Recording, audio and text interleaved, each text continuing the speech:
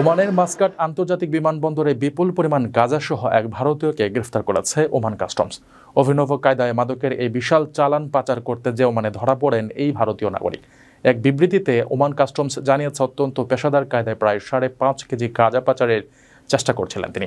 এয়ারপোর্টে প্রকাশিত ভিডিওতে দেখা যায় বিভিন্ন প্যাকেটের মধ্যে ওই মাদক লুকানো ছিল।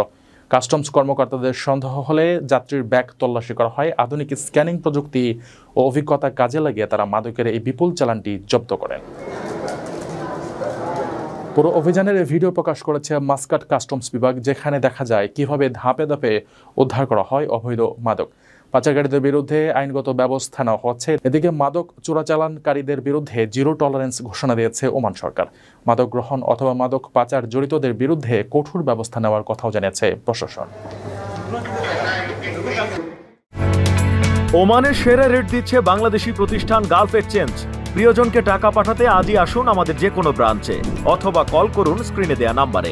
গালফ এক্সচেঞ্জ, বাংলাদেশিদের প্রিয় এক্সচেঞ্জ।